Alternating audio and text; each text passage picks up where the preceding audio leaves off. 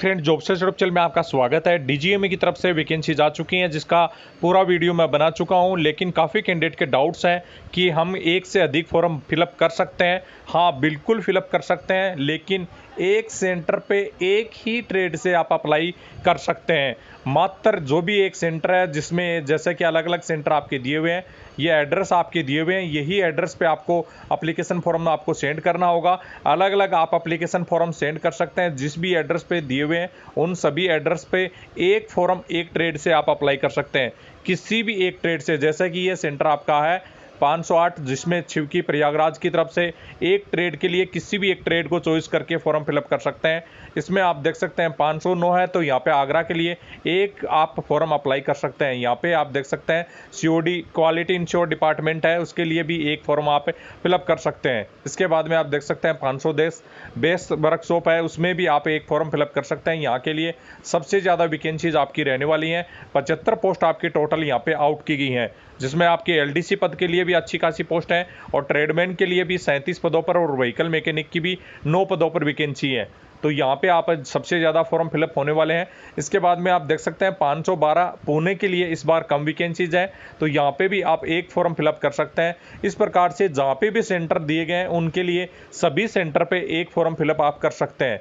आपका application form send करने का एड्रेस ये रहेगा, किसी भी फॉर्म आप सेंड करेंगे जैसे किसी भी सेंटर के लिए, तो ये एड्रेस पे आपको एप्लीकेशन फॉर्म सेंड करना होगा। चलिए मैं दिखा देता हूं क्या क्या डॉक्यूमेंट आपको लगाने हैं और आपको क्या क्या आप किस प्रकार से फॉर्म फिलअप करना है। फॉर्म आपको फ्री ऑफ कॉस्ट उपलब्ध करवाया जाएगा 4 तारीख को इवनिंग में, क्योंकि इससे पहले मैं फॉर्म फिलअप कर रहा आपको भेज दूंगा तो बहुत सारे कैंडिडेट इससे पहले ही सेंड कर देंगे। और ये कहाँ लिखा हुआ है कि एक से अधिक फॉर्म फिलअप नहीं कर सकते, तो ये आपको यहाँ पे दिखाई देगा कि ये देख सकते हैं साफ दिया गया है। ये कंप्लीट आप 9 नंबर का पैरा यहाँ पे देख पाएंगे। नोटिफिकेशन आपको जल्दी टेलीग्राम पर सेंड कर दिया जाएगा, तो जिसमें आप पूरा कंप्लीट नोटिफिकेशन करके फिलअप जो भी है पढ़कर ही आप फिलअप करना है। तो यहाँ पे आप कंप्लीट देख सकते हैं allowed for the on the application for 1 location and 1 trade. तो एक लोकेशन पर एक फॉर्म आप एक ट्रेड के लिए अप्लाई कर सकते हैं। तो आप सभी आप लोकेशन अलग अलग दी गई हैं, उन सभी पे अलग अलग फॉर्म अप्लाई कर सकते हैं। स्क्रीन पे आप देख सकते हैं डीवीपी भी एडवर्टाइज नंबर है, ये आपका चेंज कर दिया जाएगा। सीबीसी नंबर आजकल होने लगे हैं, तो यहाँ पे सीबीसी नंबर आपके 4 तारीख को आपको बताया जाएगा, जो कि टेलीग्राम पर आपको अपलोड कर दिया जाएगा। टेलीग्राम की लिंक वीडियो के नीचे डिस्क्रिप्शन बॉक्स में दी गई है, वहाँ से ज्वाइन कर सकते हैं। इस प्रकार का कंप्लीट आपका एप्लीकेशन फॉर्म है। इसको कैसे फिलअप करना है पूरा आपको चलिए बता देता हूँ। फॉर्म भरा हुआ है, उस हिसाब से आपको बताएंगे कि कैसे फिलअप करना है। स्क्रीन पे आप ये एप्लीकेशन फॉर्म देख सकते हैं। ये सीबीसी नंबर आपको 4 तारीख को इवनिंग पे पता चलेगा, आपको उसी टाइम में बता दिया जाएगा। यहाँ पे सीबीसी नंबर उसी टाइम में आपको लिखना है। जो भी एड्रेस पे आप सेंड करना चाहते हैं, जैसा कि मैंने अभी आपको बताया, जिसमें भी आप फॉर्म फिलअप करना चाहते हैं 505 बेसरक्सरोप या 506 एड्रेस आपको कंप्लीट टेलीग्राम जो भी आप पीडीएफ है उस पर टेलीग्राम पर मिल जाएगी। आपको उसके अनुसार आपको फॉर्म फिलअप करना है। जिस भी एड्रेस पे आप सेंड करना चाहते हैं कंप्लीट एड्रेस सही होना चाहिए।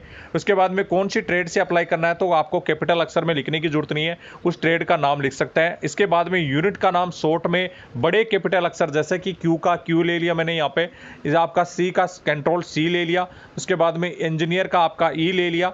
उसके बाद में आप देख सकते हैं जो आपका डी है उसका डी कैपिटल में ले लिया। डब्लू का बेस वर्कशॉप का डब्लू ले लिया। तो इस प्रकार से आप कैपिटल अक्षर में 506 AFD EME आपको लिख सकते हैं। जैसा कि आपको यदि आपको फॉर्म फिलअप करना है 508 बेस वर्कशॉप में जो कि प्रयागराज में है, तो यहाँ पे 508 आप ये लिख देंगे ABW, बस इतना ही लिखना है। इतने ही लिखने की जरूरत है, आपको यूनिट में ज़्यादा बड़ा लिखने की जरूरत नहीं है। जैसे आप किसी फॉर्म को फिलअप करना चाहते हैं, सबसे ज़्यादा वैकेंसीज इस बार आपकी जब मेरिट में है तो 510 आपको ABW लिख देना है, बस इतना ही आपको लिखना है। और दूसरी बात, फोटो पे किसी प्रकार का कोई सिग्नेचर आपको नहीं करना है। यहाँ पे आप देख सकते हैं नाम कैपिटल अक्षर में लिखेंगे, फादर्स नेम चाहे आप शॉर्ट में भी लिख सकते हैं, आपका मदर्स नेम। ब्लू पेन से भरना है, ये रेड पेन से भरा हुआ है लेकिन ब्लू पेन से भरना है फॉर्म को। डेट ऑफ बर्थ यहाँ पे आप देख सकते हैं, डेट ऑफ बर्थ आपकी लिखनी है। इसके बाद में लास्ट डेट आपकी 25 अक्टूबर रखी गई है। 25 अक्टूबर को कैलकुलेटर से आपको कैलकुलेट करनी है कि कितनी आपकी एज हो जाएगी। तो तो आप यहाँ पे देख सकते हैं 25 अक्टूबर को कितनी तारीख के आप कितने साल कितने महीने के हो जाएंगे वो यहाँ पे लिखना है। इंडियन आपको लिखना है, हिंदू आपको लिखना है, एड्रेस कंप्लीट आपको कॉर्पोरेट्स और परमानेंट एड्रेस यदि दोनों अलग अलग हैं तो दोनों अलग अलग आपको लिखने हैं। इसके बाद में कॉन्टैक्ट नंबर, मोबाइल नंबर खुद के आपके वही मोबाइल नंबर लिखने हैं जो कि आपके जो भी आधार कार्ड से अटैच हैं, आधार कार्ड से लिंक हैं, वही मोबाइल नंबर लिखने हैं। ईमेल आईडी बिल्कुल सही साफ सुथ शब्दों में लिखनी है, बड़े अक्षरों में लिखनी है, जिससे आपको कोई दिक्कत नहीं आएगी। कैटेगरी जो भी है आपकी वो लिखनी है, ओबीसी है, क्योंकि जैसे कि आप 25 साल से ऊपर फॉर्म फिलअप नहीं कर सकते तो कैटेगरी जरूर सही लिखें, नहीं तो आपका फॉर्म भी रिजेक्ट हो सकता है। 25 साल से ऊपर वाले किसी भी कैटेगरी के होने चाहिए, SC ST या ओबीसी कैटेगरी के होंगे तभी फॉर्म आप फिलअप कर सकेंगे। यदि आप फिजिकली हैंडीकैप्ड नहीं है तो नो लिख दीजिए और यहाँ पे डैश डैश आप लगा दीजिए। नेक्स्ट पेज पे चलते हैं। इसके बाद में आपकी सर्विस में यदि है तो यहाँ पे आपकी अपनी कितने साल की सर्विस की है वो लिखनी होगी। इसके बाद में आप यदि नेवी एयरफोर्स में कहीं भी है तो ये आप लिखना होगा। यदि आपको एज की रिलैक्सेशन लेनी चाहते हैं, जैसे कि ये एज की रिलैक्सेशन लेना चाहते हैं तो यहाँ पे ओबीसी और यस लिख देंगे। यस लिखना, पहले यस लिख देंगे और इसके बाद में ओबीसी आप लिख सकते हैं यहाँ पे। इसके बाद में एजुकेशन की बात करें तो यहाँ पे 10th आप लिख देंगे। सबसे पहले 10th और कौन से ईयर में किया वो लिख देना है। उसके बाद में कौन से बोर्ड से किया, CBSE RBSE जो भी आपके बोर्ड, महाराष्ट्र बोर्ड से या यूपी बोर्ड से लिखना है। कितने परसेंटेज आपने प्राप्त किए और कौन सी ग्रेड आपकी आई वो लिखनी है। ITI यदि आपने किया है तो ITI 12th पास से अपना एक अप्लाई कर रहे हैं, जैसे SKT या स्टोर कीपर वगैरह से अप्लाई कर रहे हैं तो उसके लिए आप क्या स्टोर कीपर वगैरह के लिए आपको बिल्कुल 12th पास आप लिखना है। इसके बाद में कोई भी अब डिप्लोमा वगैरह किया तो वो भी लिख सकते हैं, ग्रेजुएशन वगैरह किया तो वो भी लिख सकते हैं। एक्सपीरियंस किसी प्रकार का आप रखते हैं तो ऑर्गेनाइजेशन का नाम, PCO और अपॉइंटमेंट डेट और कब से कब तक। इसमें लिस्ट आपको इंक्लोजर की लिस्ट लिखनी है। जैसे कि आपको मैं बता दूं कि 10th का सर्टिफिकेट लगाना है तो 10th मार्कशीट लिख देंगे, OBC सर्टिफिकेट लिख देंगे, आधार कार्ड लिख देंगे। ये सभी सर्टिफिकेट मैं आपको बताने वाला हूँ क्या क्या डॉक्यूमेंट लगाने, वो डॉक्यूमेंट सभी यहाँ पे लिखने हैं। इसके बाद में आप देख सकते हैं आधार नंबर है आपको जरूर लिखना है, पैन कार्ड नंबर लिखना है, ड्राइविंग लाइसेंस है तो वो लिखना है, पासपोर्ट है तो वो लिखना है। इसमें आधार कार्ड जरूर नंबर जरूर लिख देना है, पैन कार्ड नंबर है तो वो भी लिख देना है, ड्राइविंग लाइसेंस है तो वो भी लिख सकते हैं और जितने भी लिख रहे हैं उसकी फोटोकॉपी जरूर साथ में लगाएं। यदि आपके पास जो डॉक्यूमेंट आप लगा रहे हैं देख सकते हैं साफ लिखा हुआ है, जो भी डॉक्यूमेंट आप लगाएंगे उसकी जो भी डॉक्यूमेंट के साथ फोटोकॉपी जरूर लगाएं। यहाँ पे आपके खुद के सिग्नेचर यहाँ पे करने होंगे। इस प्रकार से किसी भी प्रकार से आपके जो भी सिग्नेचर है प्लेस वही लिखना है जो कि आपका डिस्ट्रिक्ट है, या आप जो भी नॉर्मल छोटी डिस्ट्रिक्ट में स्टेट में किसी में बिलोंग करते हैं, जैसे कि आपको भोपाल में बिलोंग करते हैं तो भोपाल से आप लिख सकते हैं, डेट लिख सकते हैं। इसके बाद में आपने कितनी कॉपी आपकी सेल्फ अटेस्टेड लगाई है, 5 कॉपी लगाई है तो 5, जैसे यहाँ पे आप लिखेंगे 5 कॉपी और इसके अलावा ये भी कॉपी हो जाएंगी, तो टोटल जितने पेज आप लगा रहे हैं वो गिन के यहाँ पे लिख देना है। इसके बाद में आप देख सकते हैं सेल्फ अटेस्टेड सभी कॉपी आपको लगानी है। इस प्रकार से आप जैसे इंक्लोजमेंट कार्ड या एडमिट कार्ड जो है उसको भरना है, जिसमें जो भी आपका कंप्लीट ट्रेड का नाम लिखना है, जो एड्रेस में आपने लिखा है। अप्लाइड द आपका जो भी है 505 बेस वर्कशॉप लिखना है तो 505। उसके बाद में आपका ABW आपको लिख देना है, आर्मी बेस वर्कशॉप शॉर्ट में लिखना है, कोई जरूरत नहीं है बड़ा लिखने की जरूरत है। कैपिटल अक्षर में नाम लिखना है, डेट ऑफ बर्थ लिखना है, मदर्स का नेम लिखना है, फादर्स का नेम, कौन सी कैटेगरी, जैसे अभी उन्होंने UR से अप्लाई किया तो UR आप लिख देना है। पूरा एड्रेस यहाँ पे लिख देना है। मोबाइल नंबर वही लिखें जिसमें आपका आधार कार्ड लिंक है, ईमेल आईडी आपको लिख देनी है। ये बाकी के आपको खाली छोड़ना है। तो इस प्रकार से आपको ये फॉर्म भेजना है। इस पर भी आपको सिग्नेचर वगैरह करने की जरूरत नहीं है, सिग्नेचर कहीं भी आपको फोटो पे सिग्नेचर नहीं करना है। इसमें अभी डॉक्यूमेंट क्या क्या साथ में भेजने वो चलिए दिखा देता हूँ।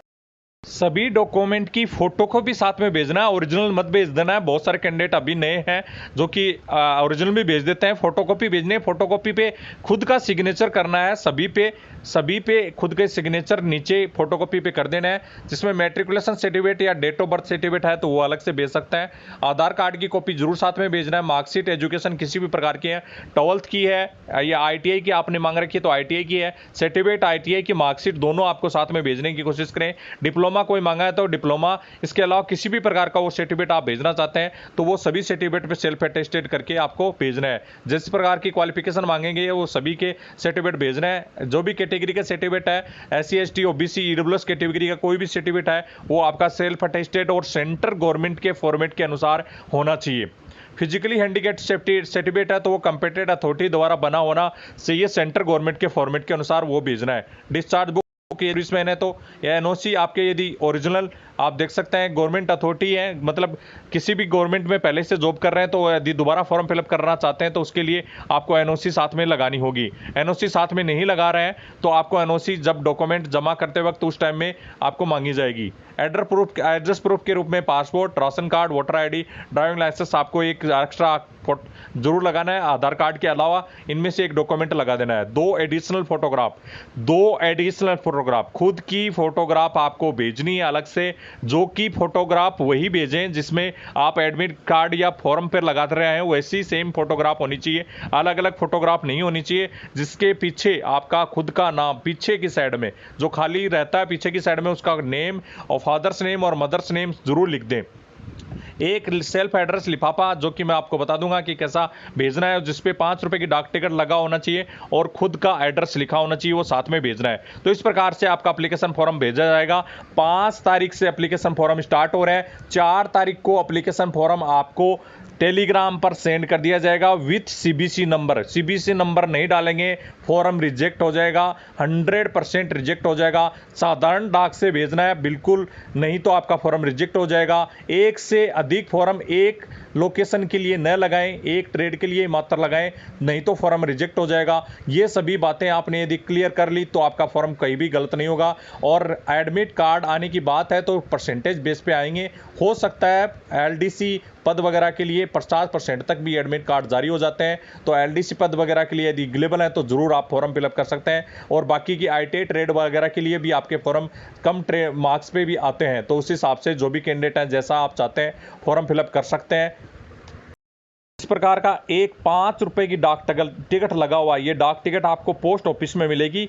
इस प्रकार का एक लिफाफा भेजना है, छोटा वाला लिफाफा, जिसपे आपको 2 लिखना है और उसके बाद में खुद का पूरा एड्रेस लिख देना है और मोबाइल नंबर जरूर लास्ट में लिख देना है। तो इस प्रकार का एक लिफाफा साथ में भेजना है। मात्र 5 रुपए की टिकट लगा हुआ, जो कि पोस्टल स्टाम्प मिलती है आपकी पोस्ट ऑफिस में जाकर ये 5 रुपए की डाक टिकट खरीदना है और उस पर चिपकाना है और हर फॉर्म के साथ अलग अलग आपको भेजना है। इस प्रकार का बड़ा वाला लिफाफा भरना है। आपको टाइप करने की जरूरत नहीं है, मैंने टाइप करके लिखा है ये, लेकिन आपके अपने हाथ से लिख सकते हैं, कोई दिक्कत नहीं है।